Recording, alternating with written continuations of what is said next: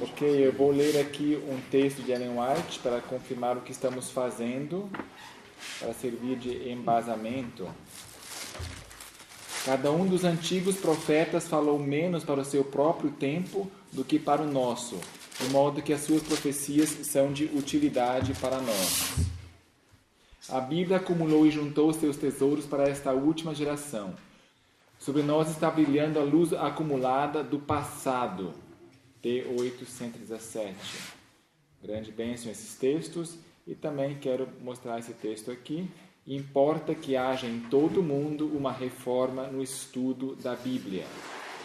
Não uma reforma na leitura da Bíblia, mas uma reforma no estudo da Bíblia, pois ela é agora mais necessária do que nunca.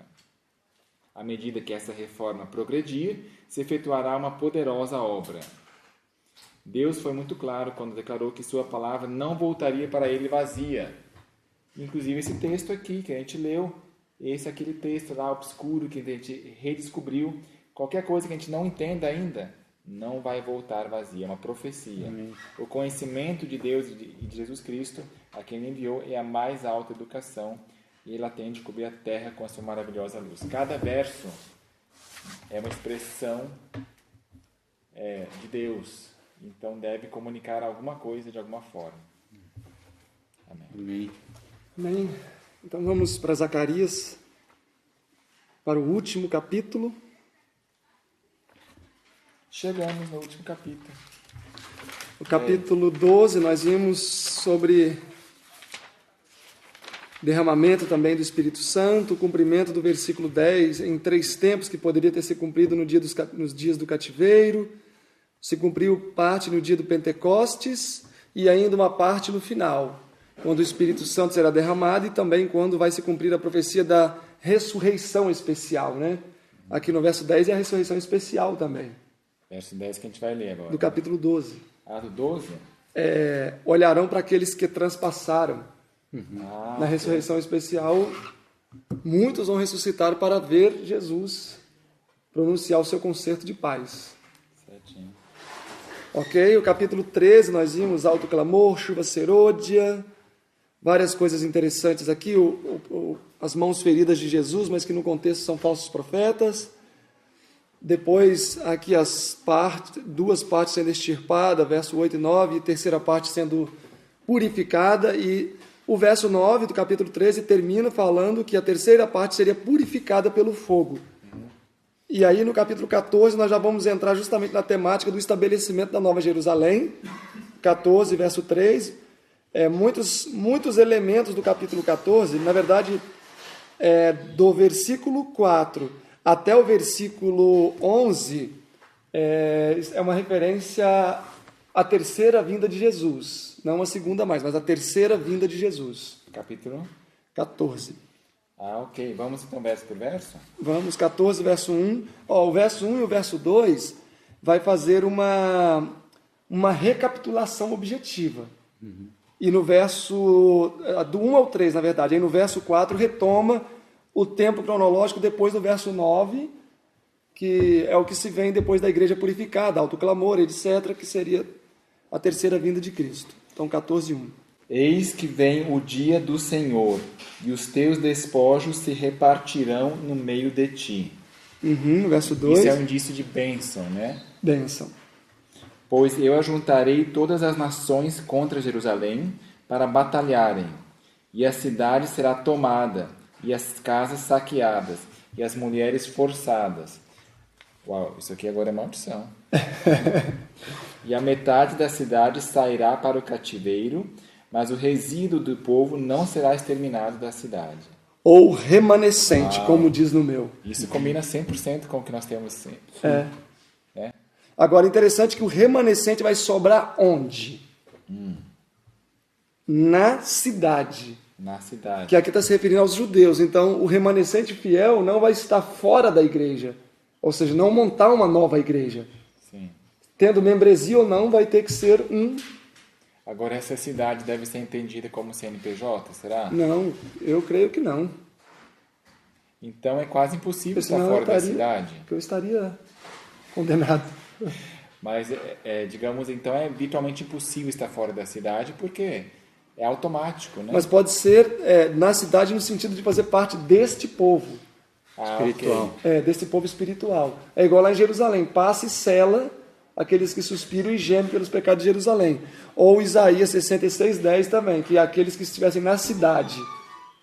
Certo. Então eu acredito que aqui é Jerusalém espiritual. Dê um exemplo de alguém que não estaria na cidade. Nesses dias aqui, Um remanescente do povo de Deus, mas não na cidade. eu não estou entendendo.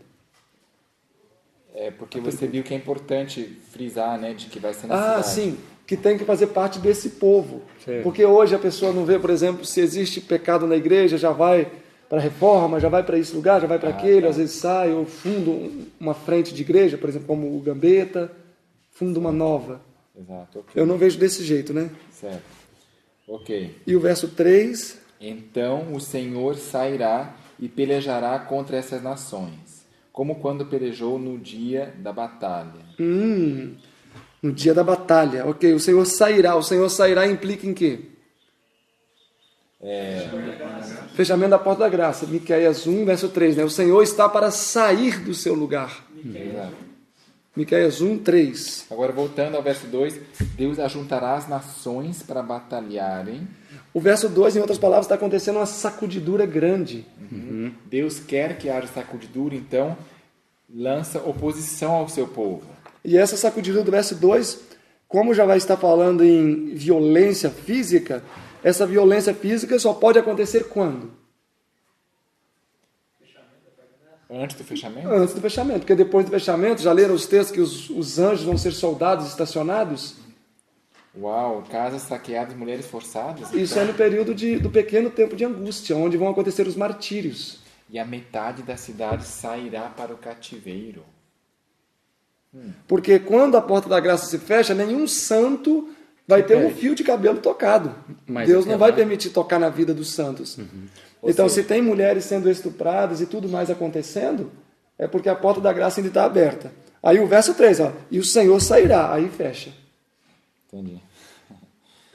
A metade da cidade será levada em cativeiro. Pelos, aqui, né, o cumprimento primário é pelos babilônios, pelos Pelos quem? inimigos de Inimigos, Deus. que seja. Pelos inimigos. Então esse cativeiro, então, talvez seria o físico mesmo. Será preso, vai para prisão, ali em Pini, Capitólio.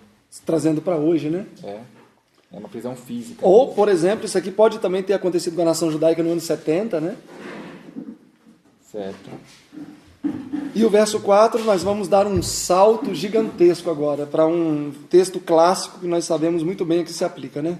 Naquele Então quer dia- dizer, ó, só um detalhe, então quer dizer que eles não, nesse contexto aqui, não tem uma aplicação imediata para Zacarias, Não. porque é algo futuro, entendeu? É esse que está o X ali. Ele mesmo não presenciou isso naquele momento. Porque eu ajuntarei todas as nações. Então, a cidade será tomada. O mais próximo, de fato, seria então Jerusalém no ano 70 ali, né? E uma aplicação para a gente hoje. Pros dias Os finais. dois, isso. As duas coisas. Ok. Que- Se você não trabalhar rápido, Ellen White usa esse texto, verso 1, eis que vem dias, ou seja, ela usa pelo menos uma aplicação, né? Se você não trabalhar rápido, vão vir os inimigos, vão repartir os teus vai esforços. dar Então tempo. trabalhe rápido, porque está vindo aí. Verso 4. Isso está em Carta 4, 1859, no comentário do Bible White, verso 1. Verso 4. Naquele dia estarão seus pés, os pés de quem? Do Senhor, sobre o Monte das Oliveiras, que está defronte de Jerusalém para o Oriente. E o Monte das Oliveiras será fendido pelo meio, rumo ao Oriente e rumo ao Ocidente. E haverá um vale muito grande. A metade do monte se removerá para o norte e a outra metade dela para o sul. Agora, em que tempo nós estamos aqui? Quando isso vai acontecer? Depois do milênio, na descida da cidade santa. Olha, a profecia é muito interessante nós vemos esses exemplos, porque são saltos assim, astronômicos, né? Saiu lá de prenúncios de juízos antes do fechamento da porta da graça e já deu um salto agora de um verso para o Mas é outro. interessante falar naquele dia. Será que um dia para Deus é 1000 anos? Então, Mas pode ser no sentido daquele dia de juízo, porque ó, se você Quando olhar aqui, chegar, ó, né, aquela ó, no fase. contexto aqui ó, também, naquele dia, naquele dia, naquele dia, naquele dia, naquele dia, naquele dia, naquele dia, naquele dia, naquele dia. Você marcou de amarelo, né? Nem todo esse naquele dia, Filma rapidinho aí. nem todo esse naquele dia se refere à mesma coisa. Certo. Ó, naquele dia, naquele dia, naquele dia, naquele dia, naquele dia, naquele dia, naquele dia, naquele dia. Tudo isso aí no capítulo 12 e 13 é uma linguagem naquele dia no sentido amplo, então. No fim, né? Não sei. E eu acho que Zacarias gosta muito dessa palavra, porque olha, o tanto naquele dia, naquele dia, naquele dia. Então, naquele dia do verso 4 é Depois do milênio. depois do milênio, já se passaram 1000 anos. Porque isso realmente dificilmente se cumpre nos eventos finais. Tem como se cumprir antes do milênio? Apesar que o grande conflito 662 já deixa assim, de maneira categórica e clara, né? Que naquele dia, depois do milênio, né, ela falando sobre o milênio, que Jesus vai descer e fender o monte. Certo. E o verso 5: E fugireis ao vale dos montes, pois o vale dos montes chegará até Azel. Sim, e fugireis assim como fugistes de diante do terremoto nos dias de Uzias, rei de Judá. Então virá o Senhor meu Deus e todos os santos contigo. Terceira vinda, todos os santos. E os que vão estar fugindo aqui pelo vale? Os maus, né? Os que foram ressuscitados, né? Então, nesse momento aqui, eles já foram ressuscitados e estão fugindo. E Jesus estabelecendo ali a cidade com todos E Satanás os seus depois vai santos. querer reajuntar eles, né? Vamos pelejar contra. Eles talvez vão fugir porque senão a cidade vai em cima da gente. Vamos sair daqui de baixo. Vai em cima Sai deles, de né? baixo. Eu não. Verso 6. Mas falando em primeira pessoa, ó, então virá o Senhor, meu Deus. Mudou aqui, né? E todos os santos contigo. Não seria com ele? Não, mas é que na King James provavelmente.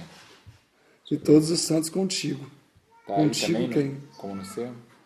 Contigo, Zacarias? Não sei. Vamos lá, Zacarias 14, 5. Na sua versão está como? A última palavra. E todos os santos? Com ele. Com ele? Porque todos os santos vão estar na cidade de São Não, sim, mas como está na versão bíblica? Sabe por que aqui no inglês, ó, with thee, não é with him?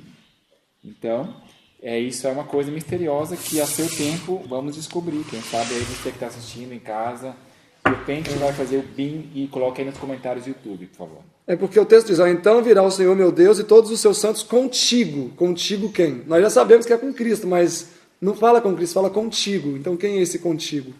O texto é misterioso. Então, é porque nossa referência, nossa norma é a King James em inglês, que foi o texto que Ellen White usou, e se tivesse tido erro, ela teria indicado. No final de sua vida foram surgindo outras versões, e ela também usou. Então, tem um caso que ela usou, então a gente respeita isso, mas a King James tem o Textus Receptus, veja lá a palestra de Walter Waite. Portanto, as versões que dizem diferente da King James, a gente descarta como sendo uma tradução errada, só porque faria mais sentido. Eu acho que isso aqui, ou boa ou má intenção, o fato é que difere.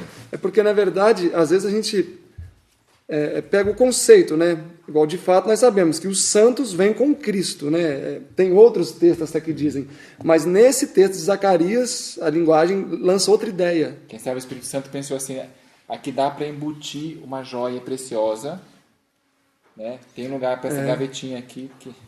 Verso 6.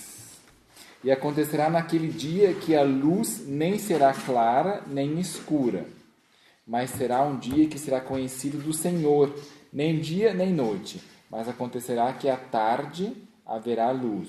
Ok, esse verso 7, tem alguma mensagem importante para o nosso tempo de hoje?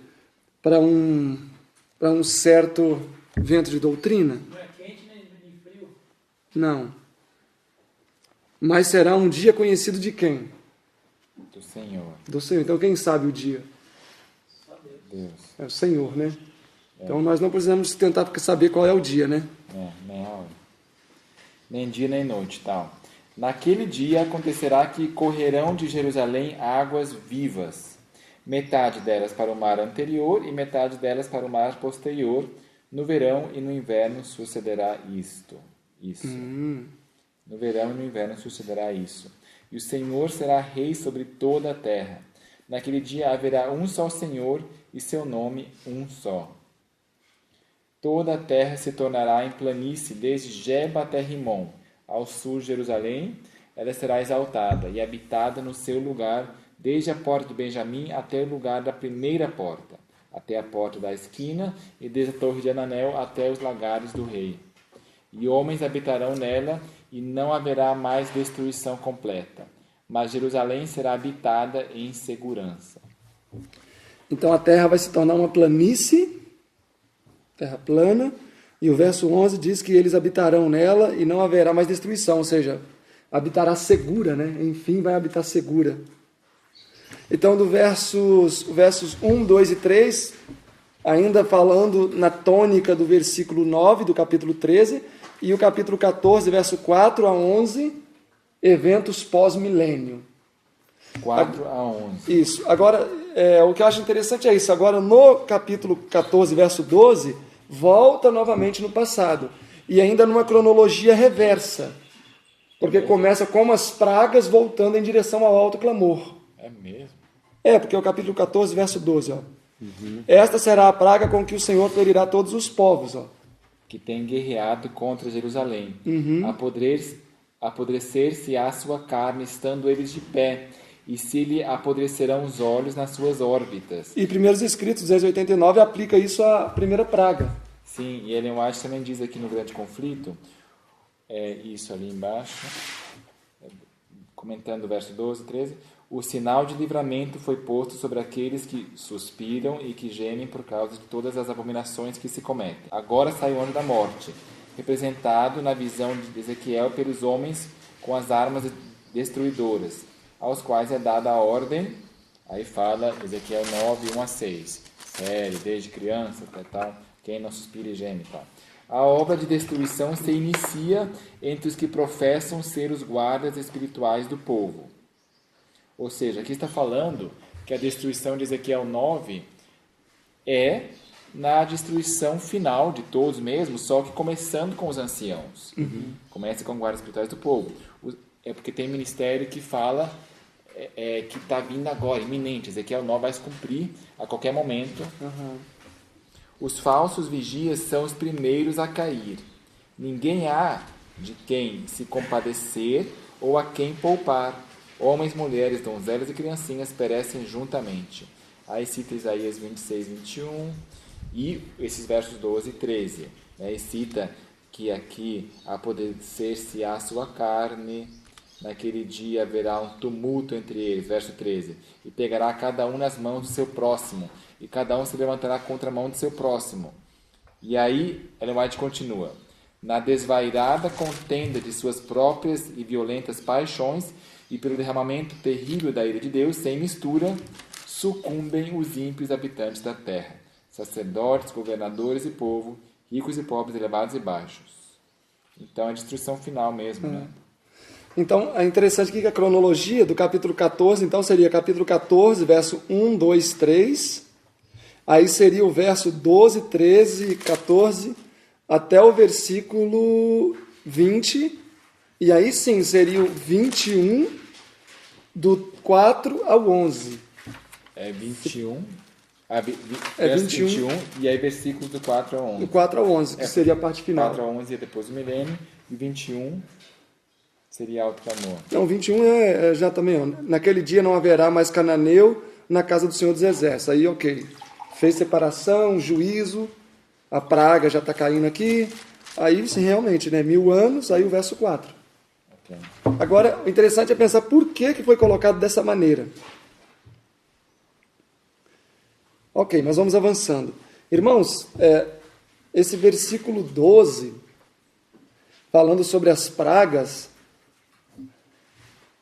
eu fico às vezes imaginando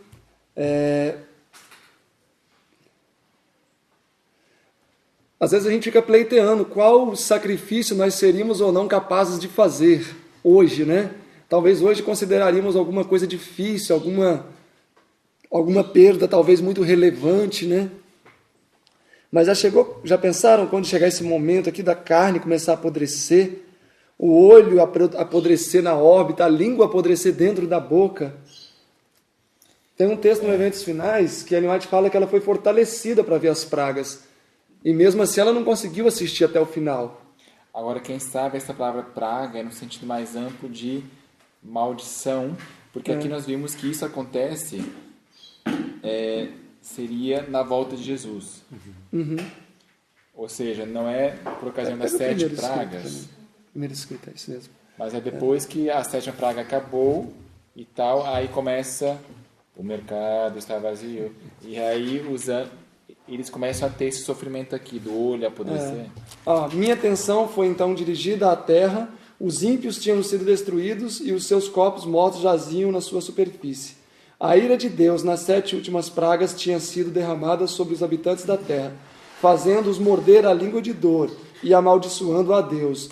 Os falsos pastores foram objeto especial da ira de Deus. Os olhos lhes consumiam na órbita, e as suas línguas apodreciam nas suas bocas enquanto estavam em pé.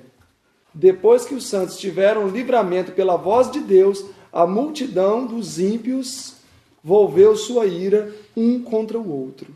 Realmente, então aqui fala no contexto das 7 pragas. Primeiros Escritos 2:8-9, verso 14. Também Judá pelejará contra Jerusalém. E se ajuntarão as riquezas de todas as nações circunvizinhas.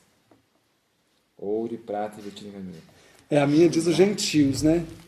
A minha diz os gentios. E também Judá pelejará, aqui diz que Judá pelejará em Jerusalém.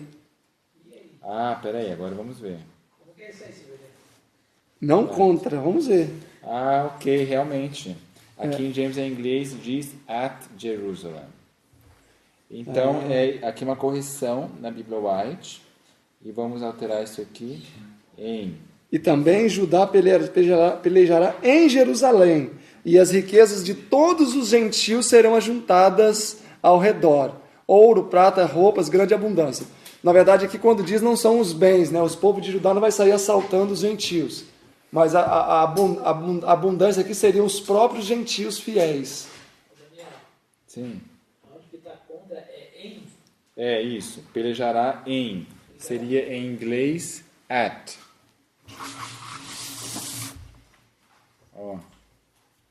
Shall fight at Jerusalem. Não against. Contra seria against. Que bom, então. Que alívio, né? Judá pelejará... Começar o problema todo de novo. Demorou unir. Pelejará em Jerusalém, ou seja, vai ter guerra, e se ajuntarão as riquezas de todas as nações circunvizinhas, ouro, prata e vestidos. Então, você aplicou isso como sendo riqueza, porque roupa, prata, essas coisas são artigos de valor, né? Sim. Então, os gentios nessa época não vai ter sentido deles não darem esses dinheiros. E as riquezas das nações a ti virão. Isaías 60, né? 5. Então, almas, o que é de valor? Almas é alegria, né? Então verás e serás iluminado. Gozo. A gente lembra que a gente viu um verso aqui atrás, que eu não me lembro mais, mas que os gentios desejam sair de lá e nós que não arrumamos a casa. Sim. Então vai ser uma alegria também para eles. Essa é a linguagem que ele encontrou, né? Para bênçãos. E verso 15. Assim será a praga dos cavalos, da mula, dos camelos e dos jumentos e de todos os animais que estiverem nessas tendas, como esta praga. Assim será a praga dos cavalos, da mula.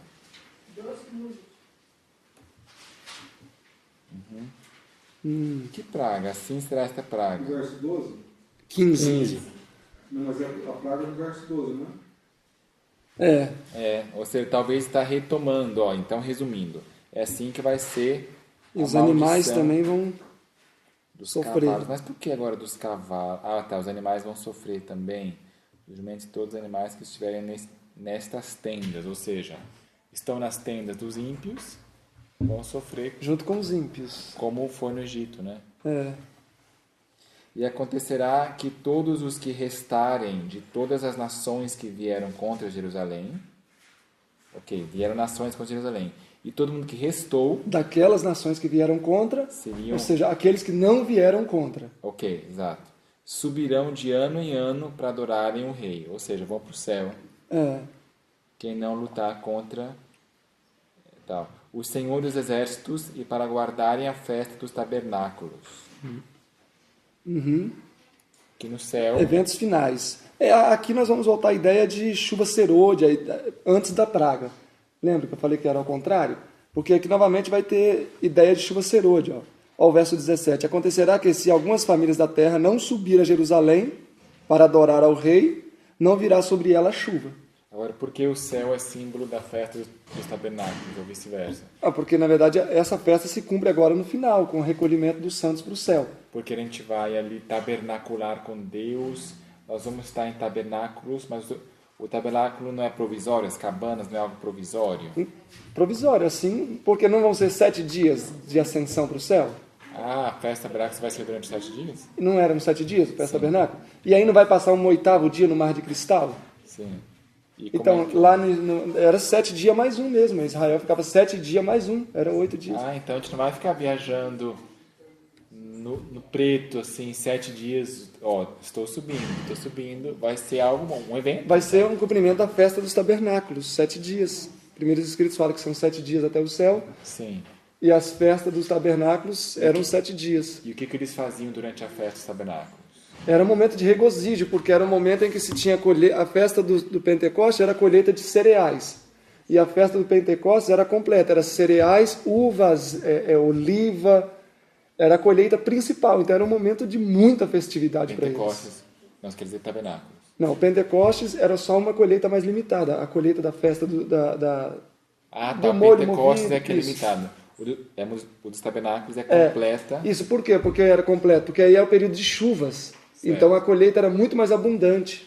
Certo. E essa colheita final representa a colheita dos santos. Então, vamos imaginar um pouquinho a gente voando para o céu. Não sei como vai ser, né? Vai ser uma festa dos tabernáculos. Deixa eu voar um pouquinho mais para perto aqui da Gisele. Vem cá, voando. Oi, oi. Aí vamos conversar, vai fazer barulho, vento, não. É só Deus mesmo, é coisa que o olho não viu. O importante é estar subindo. O espaço está no vácuo, não vai ter vento daí. Tá bom. Mas Festa é dos o cumprimento da festa dos Pra mim isso é tabernáculos. novo. Festa dos tabernáculos enquanto a gente voa para o céu. Não sabia. E agora... Tá, então, o verso 16, prenúncio da festa dos tabernáculos, o verso 17, chuva serôdia.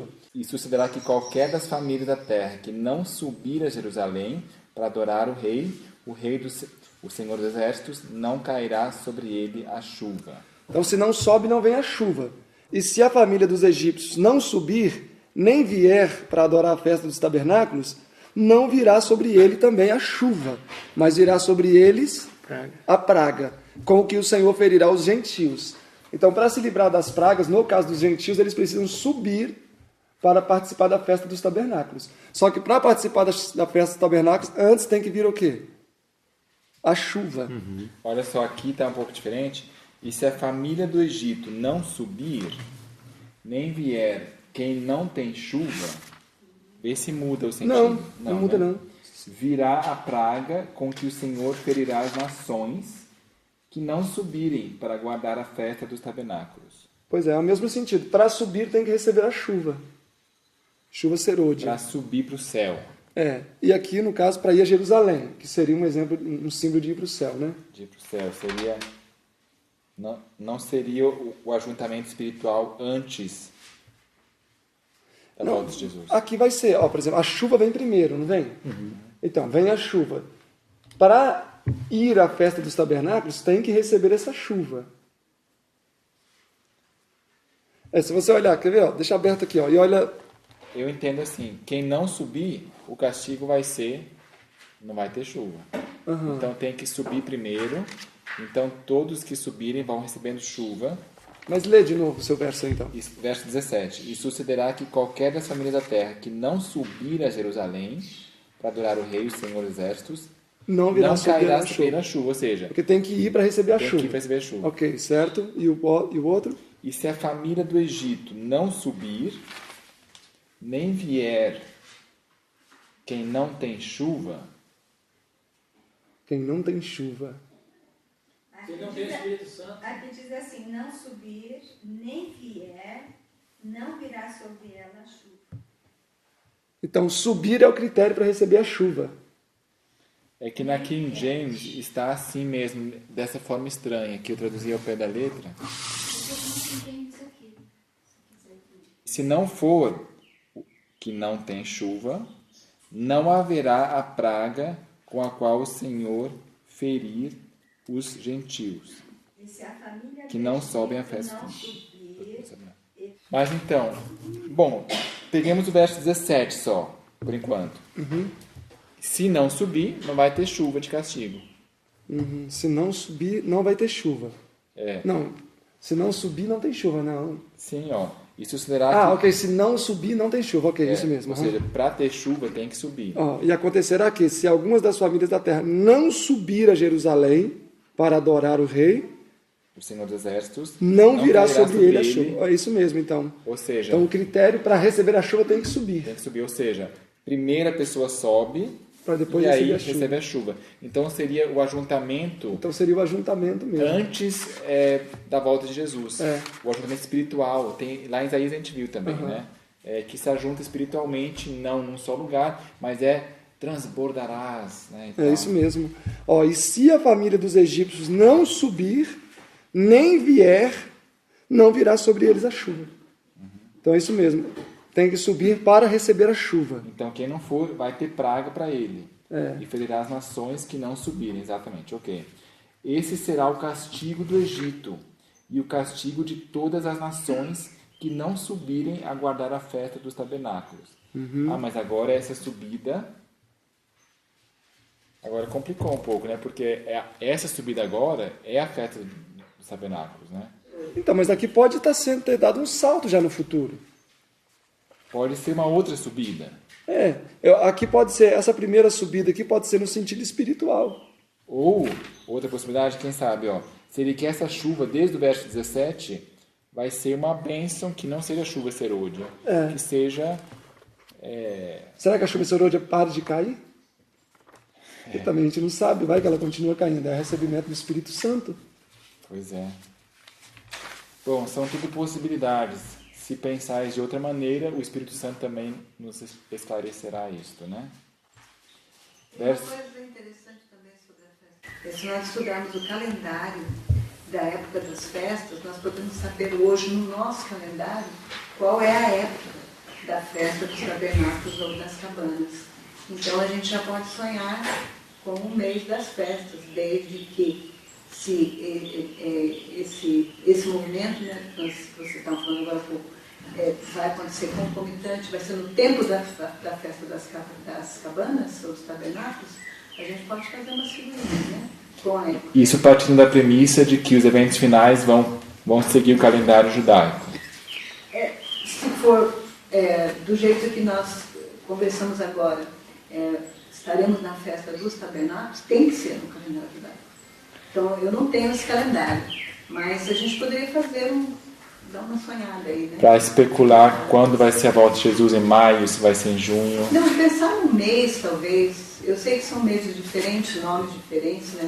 Não é igual. Se vai ser em época maio, junho, ou junho, julho. Mas será que Deus ainda respeitaria o calendário judaico, Silvia, tendo rejeitado a nação judaica? Uma vez que a gente vê em vários textos que Deus depende mais de um povo, né? Então eu acredito que essa festa pode se cumprir a qualquer momento. Por exemplo, Jesus volta num ano jubileu. Ellen White fala isso, né? Jesus volta num ano jubileu. E aí uma pessoa falou que o ano jubileu daria num ano X aí, 2010, 15, sei lá.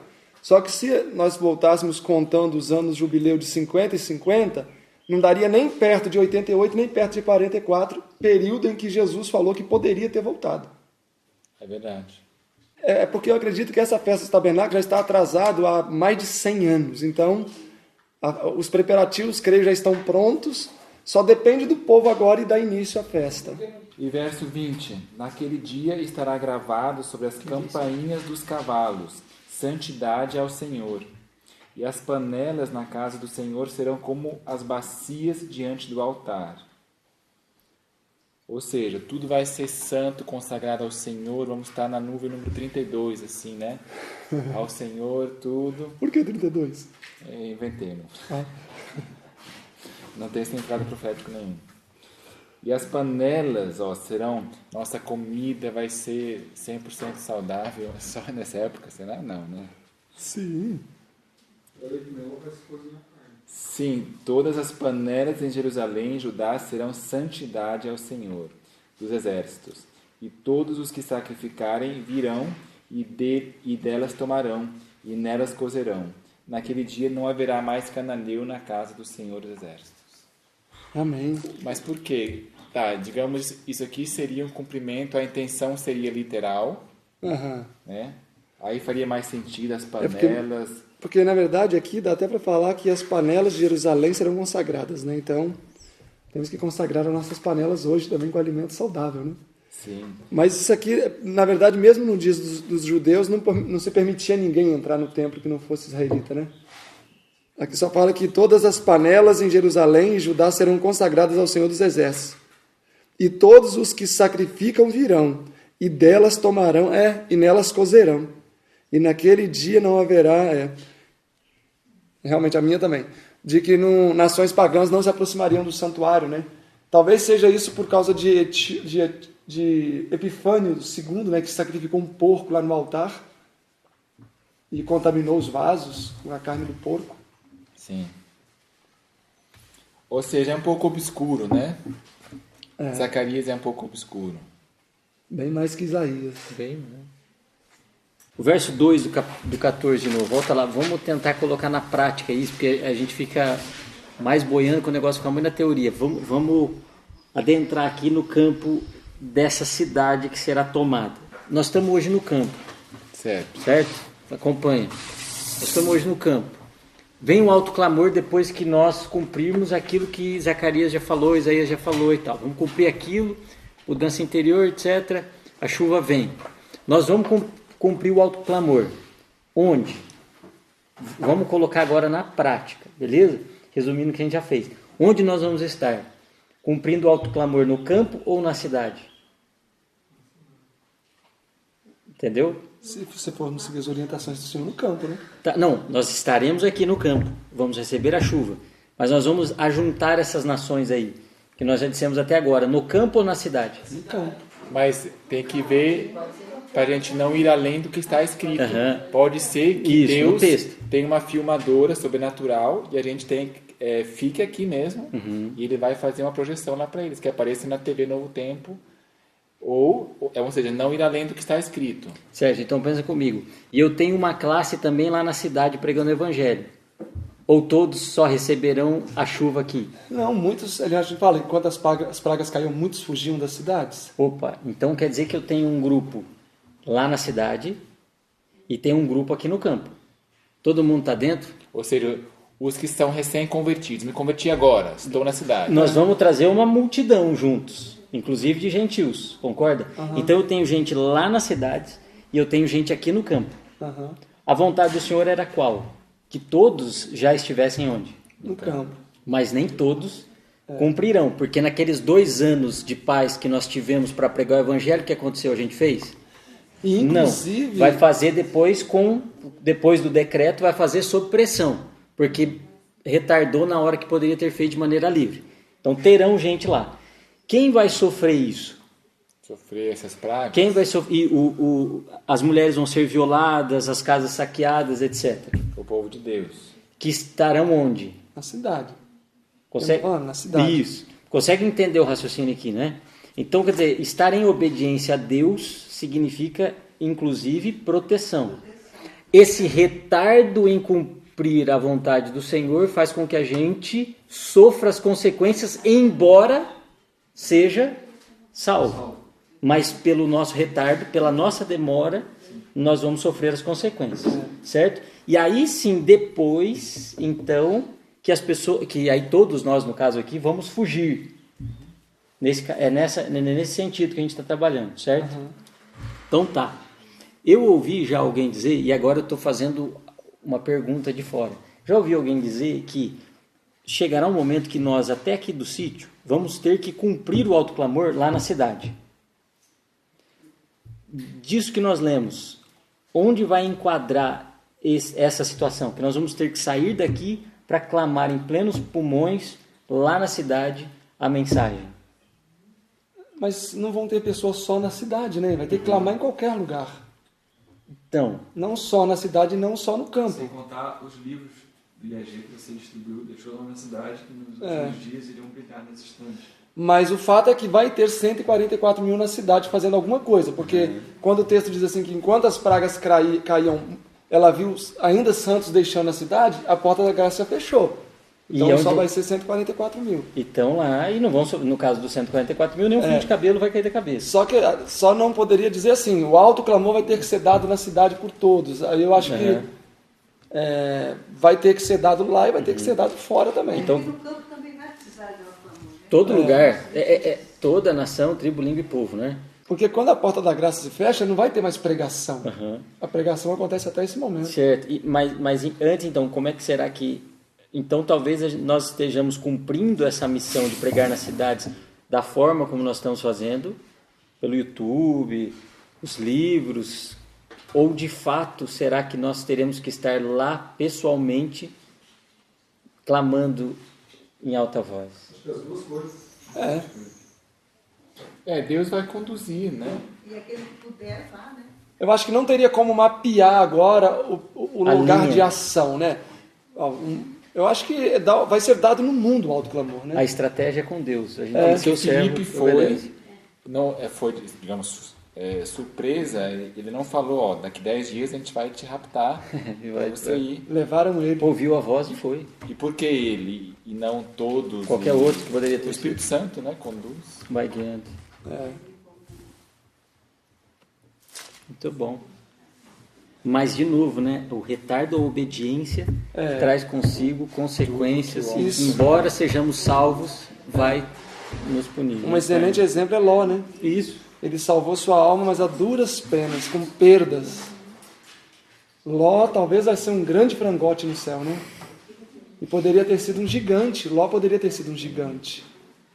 Quem sabe, né, a história de Ló não poderia ter ocupado alguns capítulos, como a de Abraão. É verdade. Eu não conheço ninguém chamado Ló hoje em dia, né? Ninguém quer imitar Ló. Tirar o exemplo. Ele perdeu a família inteira, ele se salvou às duras penas e perdeu a família inteira por retardo. E por egoísmo, né? Eu quero a parte melhor, conveniência. Então, obedecer a Deus realmente, por mais que não seja difícil a princípio, é o É o melhor. melhor caminho. É o melhor. E na hora, né? Olha, então concluímos aqui Zacarias, viu? O que vocês acharam? Foi válido o estudo? Foi proveitoso? Foi diferente, né? Em todo caso. Irmãos, e o principal objetivo, eu não sei se alcançou, vai alcançar por aqueles que vão assistir, se vai alcançar também o objetivo com aqueles que vão assistir, não é demonstrar tudo que está aqui, mas é instigar as pessoas a se voltarem para o estudo das Escrituras. Porque nós estudamos rapidamente aqui, durante 2 dias praticamente, foi sexta e hoje. Um livro de 14 capítulos e um livro ainda extremamente complexo. Então o que nós fizemos aqui, na verdade, não foi estudar, foi ler com atenção. Porque estudar seria a gente ficar uns 5 dias num capítulo desse. Agora, todos aqueles que estão aqui, os que estão assistindo, vão ter a oportunidade de fato, estudar.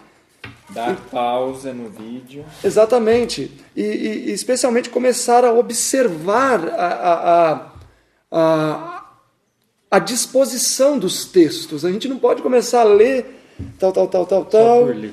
assim, e não sabe nem o que está lendo. Eu sei que esse, muitas vezes, é o estilo de leitura que a gente pratica, porque eu me lembro que pouco antes de eu aceitar a mensagem, enquanto eu estudava lá com o irmão lá no Espírito Santo, para mim era assim, eu ia ler a Bíblia, e o anjo falava comigo, voltou e despertou-me, ou algo que desperta o sono, tal. e por cima dele, das oliveiras, à direita, à esquerda, e outra à sua esquerda, ainda mais que eu lia mal pra caramba, e respondi dizendo ao anjo, mas eu não sabia nem o que eu estava lendo. Mas a maioria das nossas leituras e estudos é dessa maneira, eu sei que é dessa maneira. Não estou falando de quem está aqui, mas essa tem sido a nossa prática. Nós não temos sido um povo que indaga o texto para, de fato, saber o que o texto quer dizer. E aí se tem, por exemplo, uma mudança de panorama drástico, não se percebe, igual aqui em Zacarias 14, pula da segunda vinda de Cristo para o milênio. E a pessoa pensa, nossa, mas Jesus está voltando, daí a pouco vai colocar a terceira vinda como segunda, porque não acompanhou esse espaço de tempo. Talvez por não analisar. Então é esquadrinhar de fato as Escrituras. Então o que nós fizemos aqui foi assim um modelo, um exemplo de como fazer, para dar algumas pistas, né, para você agora seguir esse raciocínio e, por exemplo, pegar Jeremias agora. Por que não? Ou Ezequiel, né? E se esforçar para mergulhar. O próprio esforço em si, mesmo que você não chegue a nenhuma conclusão, tem valor. Né? Sim. Agora, eu acho pouco provável que uma pessoa se esforce estudando não chegue à conclusão. Porque é uma lei da causa perfeita. Tudo que a gente se propõe a fazer tem os frutos, né? E uma vez eu perguntei para o Fred Bischoff, o autor do livro, quer dizer, o compilador do livro Ellen White e o Alto Clamor, sobre essas profecias obscuras aqui do Antigo Testamento. Existe algum livro e tal? E ele me falou o seguinte, que eu me lembro. Olha, o certo seria a gente estar tão familiarizado com todas essas profecias que quando acontecer, a gente reconheça. Não necessariamente especular e começar a pregar. Segundo isso, então, vai acontecer isso de novidade. Mas está muito familiarizado para que quando acontecer, as coisas se encaixarem. Né? Também tem muita sabedoria nisso. Era isso que eu queria falar também, sabe? Porque nem todas as pessoas têm as aptidões, as afinidades com estudo. Nem todos podem fazer um estudo aprofundo, tão bonito como esse que a gente teve a introdução aqui. Então, você que ama a Bíblia, que está certo de que deve estudar a Bíblia, mas tem medo de não compreender ou se frustrar, o Espírito Santo vai te mostrar que é importante, vai te desvendar e você vai se familiarizar a ponto de quando acontecer a primeira predição ou a primeira realização daquela profecia, você já vai ligar as coisas, você já está familiarizado com aquilo que não é novidade. Então nós não temos nada a perder de estudar. Muito bom. E de fato temos que estudar, irmãos. Nós não podemos, nós dedicamos as nossas 24 horas tantas vezes a tantas coisas para nós, né? E se fôssemos colocar assim, marcar tempo que a gente passa com Deus no estudo da palavra, talvez seria muito pouco, porque algumas pessoas saem 7 horas da manhã, acorda às vezes 5h30, 6 horas, lê uma meditação, come rapidinho para sair 7 horas. Então amanhã já ficou comprometida. E aí às vezes você pega um trânsito, etc., chega em casa às 6, 7 horas, aí janta, né, conversa um pouco com a esposa, com o filho, né, quem tem, e aí talvez responde um recado, dá 9 horas, lê uma meditação, dorme de novo. Essa não pode ser a rotina do povo de Deus. O povo de Deus precisa ser um povo que estuda as Escrituras. Porque senão nós não vamos estar habilitados a suportar. E, assim, às vezes uma pessoa pode falar assim, mas eu não tenho condições por causa do meu trabalho. Quem dera se eu tivesse o tempo que o outro tem. Então eu tenho que mudar de trabalho. Deus não vai olhar e qualificar, justificar um, porque ele trabalhava muito e não tinha tempo de estudar, e o outro não. Eu creio que todos nós precisamos ter tempo para as Escrituras. E se nós não temos por algum motivo, o problema não está no tempo. O problema está talvez no nosso ofício ou na nossa administração dele. Porque como que uma pessoa consegue tempo para estudar e o outro não? Então nós precisamos nos esforçar também. Nós precisamos ser o povo da palavra. Nós precisamos ser o povo que sabe da razão da sua fé baseado nas Escrituras. Mas para isso precisamos conhecer. Eu digo isso que eu prego muito por aí. Quantas vezes eu vejo gente procurando Joel lá perto de Crônicas, ou Oséias, antes de Daniel. Então, mostra falta de contato. Aí não é questão de não ter capacidade, é questão de não pegar. Por exemplo, igual você entende bem música, né? O Daniel entende um pouco de música, bem mais que eu. Então, se você for ensinar cello para alguém, você vai saber se a pessoa ensaiou durante a semana? Você vai saber. 2 minutos, ele vai falar, ó, você nem pegou no instrumento essa semana. Então, nas Escrituras é a mesma coisa. Dá para perceber quem, de fato, se seja limitado ou não, que pega nas Escrituras. Então, se você vê alguém procurando o livro de Abacuque lá, perto de 1 Reis, você já vai saber que aquela pessoa não tem a menor afinidade com as Escrituras. Então, nós precisamos, sim, nos lançar as Escrituras para aprender, pelo menos, onde ficam os livros. Fala pra gente, por favor, você já falou num dos seus vídeos, só que eu não ouvi no vídeo, eu ouvi por uma outra pessoa. Porque essa ideia de não ter tempo nas Escrituras, principalmente para os homens, eu sou o provedor, eu tenho que trabalhar, eu tenho que prover para a minha família. Você tem uma resposta muito interessante dentro desse assunto. Quem é o provedor da família? É o nosso Deus que é o provedor. De onde que vem essa ideia que é o homem que tem que estudar e trabalhar e pôr dinheiro? Se ele não fizer isso, a família vai perecer. Não, isso é desculpa, né? Se o dono da casa não vigia, em vão. Se ele não ora, em vão, o ladrão vem e rouba. Não, é Deus que mantém a casa. Na verdade, a função principal do homem, dentro do lar, é ele ser um mantenedor espiritual. Isso não quer dizer que ele tem que ficar o dia inteiro estudando a Bíblia, né? Esposa Paulo, querido, não tem nem arroz nem feijão para lá, mas não se preocupe não. Estou lendo a Bíblia. Que eu vou te pregar um sermão, que eu já estou terminando aqui. Um homem, de fato, ele tem que manter a despensa da casa, mas a principal função dele é ser um líder espiritual, né? E depois quem mantém a casa é o Deus da família, o Deus dele. É o Senhor que mantém a casa. O que acontece é que muitas vezes, muitos homens usam os próprios desejos de realizações como uma desculpa para dizer que trabalha pela família. Agora em São Paulo, o Aquiles esteve lá, e aí tem um vizinho lá que o Aquiles começou a conversar. E aí esse vizinho falou, eu vim para a cidade, porque ele falando que morava em algum lugar do interior, uma pessoa simples, falou, eu vim para a cidade que eu quero dar o melhor para o meu filho, eu quero que ele estude e tal, e tal. E aí o Aquiles ficou ali umas 2 semanas, e esse menino, né, triste para baixo, meio rebelde. E aí um dia o menino, era vizinho lá da mãe, o menino conversando com o pai, falou, pai, eu quero ir embora, o senhor sabe que eu não gosto desse lugar, eu odeio essa cidade, eu quero voltar para minha casa lá na roça. Então, na verdade, esse pai estava usando o filho como uma justificativa para estar na cidade, que é o que muitas vezes acontece, né? Às vezes o homem se mata para trabalhar, para trocar de carro, sacrifica a família e ainda usa a desculpa que tem que trabalhar para manter a família, enquanto a família não tem nada daquele pai. E a gente aplica também para a nossa vida, porque às vezes a gente tem que olhar primeiro o Evangelho, é para mim, né? Então, o primeiro ponto é olhar para a gente, quanto sacerdote aqui. E muitas vezes é muito mais fácil, quem está falando da verdade presente, da gente aqui, é ficar lá o dia inteiro no culto, do que conversar com a esposa em casa, conversar com o filho em casa. É muito mais fácil eu passar o dia inteiro dando estudo bíblico, levando o Evangelho, do que cuidar da minha família, do que prover de fato o lar. Isso nunca vai ser aceitável para Deus.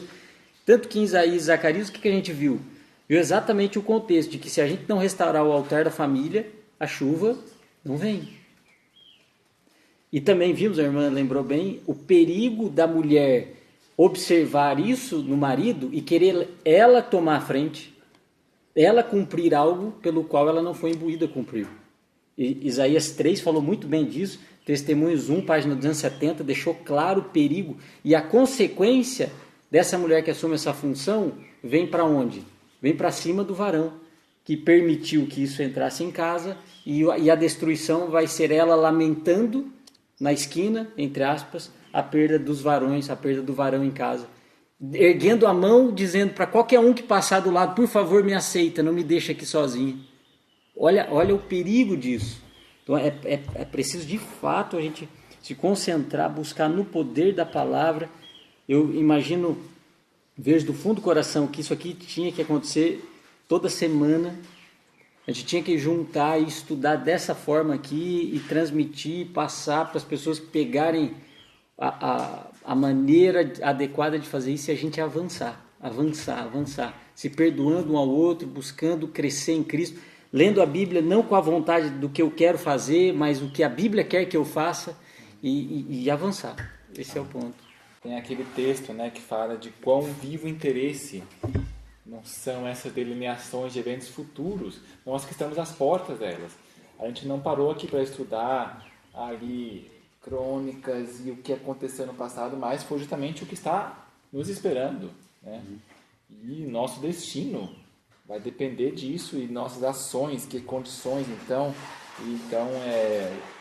realmente penso que foi muito precioso e agradeço, tá? Você, Severino, Rafael também estudou bem antes, se preparou aí, muito boas contribuições, e vamos ver o que sai de bom disso, né? Quem sabe também pessoas no YouTube aí vão estar comentando, pensando junto, e talvez algumas pessoas não venham mais para o Congresso MV por ser esse perfil mais árido, né? Mais granola, crocante mesmo, não sucrilho molhado e mais realmente desafiador para pessoas com fibra, como é o missionário voluntário, né? O sistema.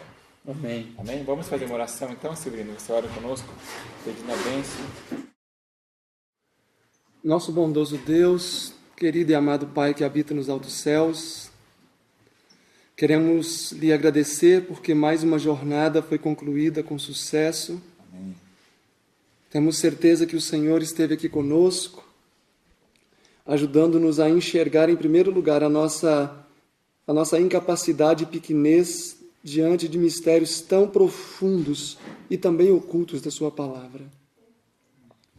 Ajuda-nos, querido Pai, a, diante talvez de uma apresentação complexa, não ver a dificuldade, mas simplesmente ver o quanto precisamos avançar e logo, a fim de nos tornarmos sábios e persistentes, estudantes e ensinadores das Escrituras. Amém.